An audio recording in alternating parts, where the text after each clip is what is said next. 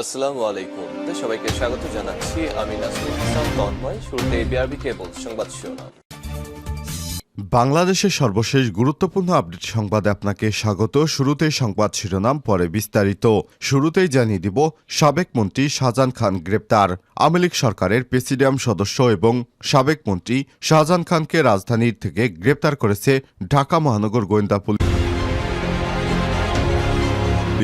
এরপর জানিয়ে দিব, 1 মাস পূর্তিতে দেয়া বক্তব্যে প্রধান উপদেষ্টা বললেন, আমার প্রথম কাজ হবে গত সরকার আমলে নির্মম হত্যাকাণ্ডের বিচার করা। জানিয়ে দিব, উপদেষ্টা পরিষদের সিদ্ধান্ত, বিচার শেষের আগে আওয়ামী লীগ রাজনীতি করতে পারবে না। ছাত্র জনতার হত্যার সম্পূর্ণ বিচার নিশ্চিত না হওয়া পর্যন্ত পরাজিত ফ্যাসিবাদী শক্তিকে পুনর্বাসিত করার কোনো সুযোগ দেবে না অন্তর্বর্তীকালীন সরকার। আজ প্রধান উপদেষ্টা ডক্টর মোহাম্মদ ইউনূসের নেতৃত্বে উপদেষ্টা পরিষদের বৈঠকে সিদ্ধান্ত নেওয়া হয়েছে বলে জানিয়েছে শ্রম এবং কর্মসংস্থান ও যুব ক্রীড়া উপদেষ্টা আসিফ মাহমুদ সজীব ভুঁইয়া।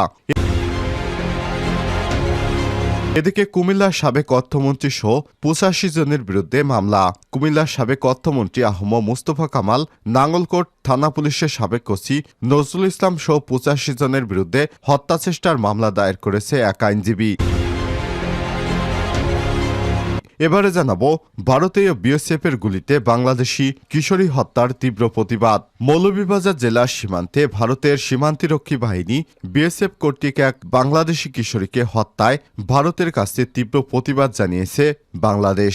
গত 1 সেপ্টেম্বর মৌলভীবাজার জেলার জুড়ি উপজেলার সন্না দাস নামে 13 বছর বয়সী এক বাংলাদেশি কিশোরীকে গুলি করে হত্যা করে ভারতীয় সীমান্তরক্ষী বাহিনী বিএসএফ। এবং সর্বশেষ জানিয়ে দিব, দুর্নীতির বরপুত্র সারোয়ার কানাডায় পালিয়েছে। সাবেক অর্থমন্ত্রী মোস্তফা কামালের ছোট ভাই তিনি। কুমিল্লা 10 আসনের সাবেক সংসদ সদস্য, কুমিল্লা দক্ষিণ জেলা আওয়ামী লীগের সভাপতি এবং সাবেক অর্থমন্ত্রী আহম মোস্তফা কামালের ছোট ভাই দুর্নীতির বরপুত্র খ্যাত গোলাম সারোয়ার সপরিবারে কানাডায় পালিয়েছেন। 5 আগস্ট সরকার পতনের আগে অস্বাভাবিক পরিস্থিতি দেখে এক ছেলে এবং এক মেয়ে স্ত্রীসহ কানাডায় পাড়ি জমান তিনি। স্থানীয়দের দাবি, আওয়ামী লীগ সরকারের 15 বছরের বড় ভাই মোস্তফা কামালের প্রভাবে ধরাকে সরাজ্ঞান করেছেন সারোয়ার। চাঁদাবাজি, টেন্ডারবাজি, জমি দখল, নিয়োগ বাণিজ্য বদলি এবং নির্বাচন জালিয়াতি, লালমনিরহাট লালমাই পাহাড় দখল, পদ বাণিজ্য সহ সব ধরনের অপকর্মের মূল হোতা ছিলেন তিনি। এসব অনিয়ম দুর্নীতির মাধ্যমে তিনি কামিয়েছেন হাজার হাজার কোটি টাকা সম্পত্তি। গোলাম সারোয়ারের বিরুদ্ধে প্রতারণা এবং হত্যাচেষ্টার অভিযোগে পৃথক 2টি মামলা দায়ের করা হয়েছে। প্রিয় দর্শক, এতক্ষণ শুনছিলেন সংবাদ শিরোনাম, এবারে বিস্তারিত। তবে তার আগে বন্ধুরা, অনুরোধ থাকবে এই সংবাদটিতে একটি লাইক দিন। এই চ্যানেলে আপনি নতুন হয়ে থাকলে আমাদের সংবাদটি দেখতে দেখতে চ্যানেলটি সাবস্ক্রাইব করে রাখুন। কমেন্ট করে আপনার মূল্যবান মতামত জানিয়ে দিন বন্ধুরা, আপনি বিশ্বের কোন দেশ থেকে বা বাংলাদেশের কোন স্থান থেকে আমাদের সংবাদটি দেখছেন এবং শুনছেন। এবারে বিস্তারিত। সাবেক মন্ত্রী শাহজাহান খান গ্রেপ্তার। আওয়ামী লীগের প্রেসিডিয়াম সদস্য এবং সাবেক মন্ত্রী শাহজাহান খানকে রাজধানীর একটি বাসা থেকে তাকে গ্রেপ্তার করেছে ঢাকা মহানগর গোয়েন্দা পুলিশ। বৃহস্পতিবার 5 সেপ্টেম্বর মধ্যরাতে ধানমন্ডির একটি বাসা থেকে তাকে গ্রেপ্তার করা হয়। ডিএমপির অতিরিক্ত পুলিশ কমিশনার গোয়েন্দা রেজাউল করিম মল্লিক গণমাধ্যমকে বিষয়টি নিশ্চিত করেছেন। তবে কোন মামলায় তাকে গ্রেপ্তার দেখা হয়েছে সেটি এখনো জানা যায়নি। এ বিষয়টি বিস্তারিত জানানো হবে বলে জানান রেজাউল করিম মল্লিক। অবশেষে দ্বাদশ জাতীয় সংসদ নির্বাচনে মাদারীপুর 2 আসনে রাজৈর মাদারীপুর সদরের একাংশ থেকে টানা 8মবারের মতো নৌকা প্রতীক নিয়ে সংসদ সদস্য নির্বাচিত হন শাহজাহান খান।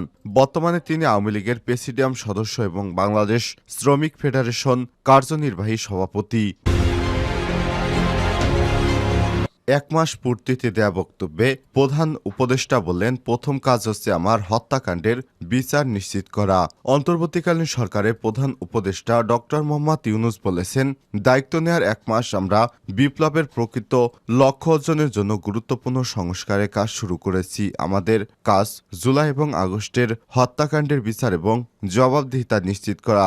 একই সঙ্গে ডক্টর ইউনূস বলেন, আমরা এগিয়ে যাচ্ছি। এখানে আমাদের বড় চ্যালেঞ্জ হচ্ছে দুঃশাসন এবং স্বৈরশাসন দ্বারা সৃষ্ট ক্ষত পূরণ করা। এজন্য আমাদের প্রয়োজন একতা এবং সমতা। বৃহস্পতিবার 5ই সেপ্টেম্বর ছাত্র জনতার অভ্যুত্থানের 1 মাস পূর্তি উপলক্ষে দেওয়া এক বার্তায় এসব কথা বলেন ডক্টর মোহাম্মদ ইউনূস। এ সময় তিনি বলেন, আজ আমরা বাংলাদেশের দ্বিতীয় স্বাধীনতা অর্জনের প্রথম মাস উদযাপন করছি। ইতিহাসের অন্যতম গৌরবময় বিপ্লবের জন্য শত শত ছাত্র এবং সর্বস্তরের মানুষ সর্বোচ্চ ত্যাগ স্বীকার করেছে। ছাত্র জনতা ফ্যাসিবাদী শেখ হাসিনার 15 বছরের স্বৈরশাসনের অবসান ঘটিয়েছে, যার জন্য নৃশংস একটি গণহত্যা সংগঠিত হয়েছে উল্লেখ করে ডক্টর ইউনূস বলেন, শেখ হাসিনা একটি দুর্নীতিগ্রস্ত রাষ্ট্র এবং একটি ভঙ্গুর অর্থনীতি রেখে দেশ ছেড়ে পালিয়েছে। বাংলাদেশকে এবার পূর্ণ গৌরবে প্রতিষ্ঠিত করার দায়িত্ব আমাদের সবার। ডক্টর ইউনূস বলেন, আমি সেই সাহসী তরুণ শ্রমিক, দিনমজুর, পেশাজীবী তাদেরকে স্মরণ করছি যারা জঘন্য হত্যাকারী ফ্যাসিবাদী শক্তিকে মোকাবেলা করতে গিয়ে মৃত্যুকে আলিঙ্গন করেছে। স্মরণ করছি আন্দোলন চলাকালে নিহত সাংবাদিকদের। আজ আমি এই বিপ্লবকে শাহাদাত বরণকারী সবার প্রতি গভীর শ্রদ্ধা জানাই, অভিবাদন জানাই। হাজার হাজার মানুষকে যারা আহত হয়েছেন, প্রাণঘাতী আঘাতের শিকার হয়ে চিরদিনের জন্য পঙ্গু হয়েছেন কিংবা চক্ষু হারিয়েছেন। গত মাসে আমাদের যখন অন্তর্বর্তীকালীন সরকারের দায়িত্ব দেওয়া হয়েছিল উল্লেখ করে তিনি বলেন, তখন আবু সাইদ মুগ্ধ এবং জানা অজানা শহীদদের নিঃস্বার্থ আত্মত্যাগে উদ্বুদ্ধ হয়ে আমরা সীমান্ত সত্ত্বেও এই দায়িত্ব নিয়েছি। এ সময় তিনি বলেন, আমাদের তরুণ বিপ্লবীরা আমাদের মানুষের মধ্যে নতুন বাংলাদেশে গড়ার জন্য যে স্বপ্ন দেখিয়েছেন তা পূরণে আমি প্রতিজ্ঞাবদ্ধ।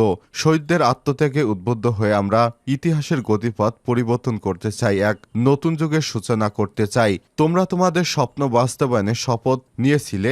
শহর ও গ্রামীণ জনপদের দেওয়ালে আঁকা তোমাদের স্বপ্নগুলো এখনো নানা রঙের সাজতে আমাদের সামনে দাঁড়িয়ে আছে। শিক্ষার্থীদের উদ্দেশ্যে ডক্টর ইউনূস বলেন, বিপ্লবের সময় তোমরা পড়াশোনা ছেড়ে দিয়ে বন্ধুদের নিয়ে উদ্বিগ্ন ঘুমহীন রাত কাটিয়েছে এবং দিনে নিষ্ঠুর শাসককে প্রতিহত করার জন্য পরস্পর থেকে চিরবিদায় নিয়ে রাস্তায় নেমেছ।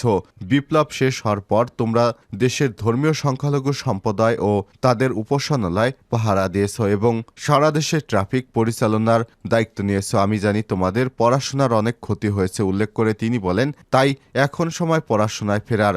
স্কুল কলেজ বিশ্ববিদ্যালয় খোলা রয়েছে। আমি তোমাদের ক্লাস এবং ক্যাম্পাসে ফিরে যাওয়ার আহ্বান জানাচ্ছি, কেননা বিপ্লবের সুফল ঘরে তুলতে তোমাদের একটি সুশিক্ষিত এবং দক্ষ প্রজন্ম দরকার।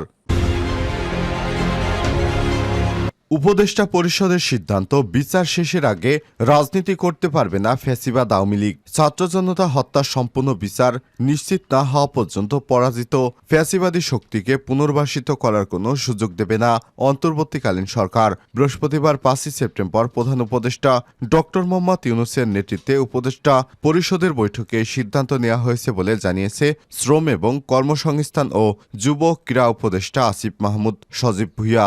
বৈঠকে সন্ধ্যায় ফরেন সার্ভিস একাডেমিতে আয়োজিত সংবাদ সম্মেলনে তিনি এমনটি জানিয়েছেন। উপদেষ্টা পরিষদের বৈঠকে আলোচিত কর্মসূচি থাকা অন্যান্য প্রসঙ্গ নিয়েও কথা বলেছেন আসিফ মাহমুদ। যুব এবং ক্রীড়া উপদেষ্টা বলেন, ফ্যাসিবাদী শক্তি বিভিন্ন উপায়ে সংগঠিত হওয়ার চেষ্টা করছে। দেশের মানুষ তাদের অপতৎপরতার বিষয়ে সজাগ আছে। ছাত্র জনতা হত্যার বিচার শেষ না হওয়া পর্যন্ত ফ্যাসিবাদী শক্তির পুনর্বাসনের কোনো সুযোগ নেই। ফ্যাসিবাদী দল বলতে কাদের বোঝানো হয়েছে এমন প্রশ্নের জবাবে তিনি বলেন যে রাজনৈতিক দল বা জোট বাংলাদেশের রাজনীতির নামে ফ্যাসিবাদ কায়েম করেছিল তাদেরকেই বোঝানো হয়েছে। হত্যাকাণ্ডের সম্পূর্ণ বিচার না হওয়া পর্যন্ত তারা রাজনীতি করার সুযোগ পাবে কিনা সেটি আমরা জনগণের উপর ছেড়ে দিয়েছি। তারা পাবলিক প্রোগ্রাম করতে পারবে কিনা সেটি এখনো সিদ্ধান্ত হয়নি, তবে আমরা এটিকে নিরুৎসাহিত করব। আরেক প্রশ্নের জবাবে আসিফ মাহমুদ বলেন, সংগঠন হিসেবে আওয়ামী লীগের বিচার হবে কিনা তা নিয়ে আইন মন্ত্রণালয় সিদ্ধান্ত নেবে। তারা যেহেতু বাংলাদেশে গণহত্যা চালিয়েছে, যেহেতু তাদের হত্যার দায় স্বীকার করতে হবে, তাদের বিচার নিশ্চিত করতে হবে। কুমিল্লার সাবেক অর্থমন্ত্রী সহ 85 জনের বিরুদ্ধে মামলা। কুমিল্লার সাবেক অর্থমন্ত্রী আহম মুস্তফা কামাল এবং নাঙ্গলকোট থানা পুলিশের সাবেক ওসি নজরুল ইসলাম 85 জনের বিরুদ্ধে হত্যা চেষ্টার মামলা দায়ের করেছে এক আইনজীবী। বৃহস্পতিবার 5 সেপ্টেম্বর দুপুরে কুমিল্লা প্রধান বিচারক হাকিম 5 নম্বর আমলি আদালতে মামলাটি দায়ের করে আইনজীবী মোহাম্মদ একরামুল হক মজুমদার। মামলার বাদী মোহাম্মদ একরামুল হক মজুমদার কুমিল্লা নাঙ্গলকোট উপজেলা আশারকোট এলাকায় খিদর আলীর ছেলে। বিষয়টি নিশ্চিত করে একরামুল হক মজুমদার জানান, মামলাটি আমলে নিয়ে থানা পুলিশকে তদন্তের দায়িত্ব দিয়েছে আদালতের বিচারক আবু বকর সিদ্দিক। উল্লেখ্য, অন্য আসামিরা হলেন নাঙ্গলকোট থানা আওয়ামী লীগের সহসভাপতি মোহাম্মদ আব্দুল হামিদ, তার ছেলে যুবলীগ নেতা মোহাম্মদ মঈনুদ্দিন, নাঙ্গলকোট উপজেলা ছাত্রলীগের সভাপতি মোহাম্মদ সাইফুল ইসলাম রুবেল, আওয়ামী লীগের নাঙ্গলকোট উপজেলা মুক্তিযোদ্ধা বিষয়ক সম্পাদক মিজানুর রহমান, আওয়ামী লীগ নেতা মোহাম্মদ শাহজাহান, মোহাম্মদ মোস্তাক মিয়া, ছাত্রলীগ নেতা আবু ইসহাক, হান্নান ফরহাদ, ইমরান মোহাম্মদ, নোমান মোহাম্মদ, সাইফুল, তুহিনসহ নামীয় 35 জন এবং অজ্ঞাত আরও অন্তত 50 জনকে আসামি করা হয়েছে।